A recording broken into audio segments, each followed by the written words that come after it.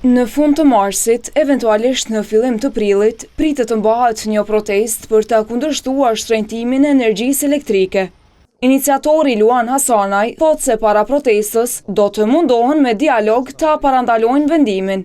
Do të tentojmë të flasim fillimisht me aktorë për brenda zërës dhe të shohim ato që ata po i quajnë argumente të rritjes së energjisë dhe normalisht do t'i ballafaqojmë edhe me kundër argumentet e pjesës tjetër të pakënaqur për ata të cilët e kundërshtojnë këtë vendim. Fushatës asnjë cent më shumë, tashmë janë bashkuar shumë qytetarë dhe figura të sferës publike. Përmes kësaj fushate po tentojmë që t'i bëjmë dije zërës, mirë po edhe institucioneve tjera përgjithëse që ky grup do të rritet dhe neve nuk thashë në fillim nuk do të rrim duar kryq karshi këtij vendimit të dëmshëm. Qytetarët konfirmuan prezencën në protestë, nëse ajo mbahet, me që sipas tyre s'ka tjetër zgjidhje që mos të shtrenjtohet rryma.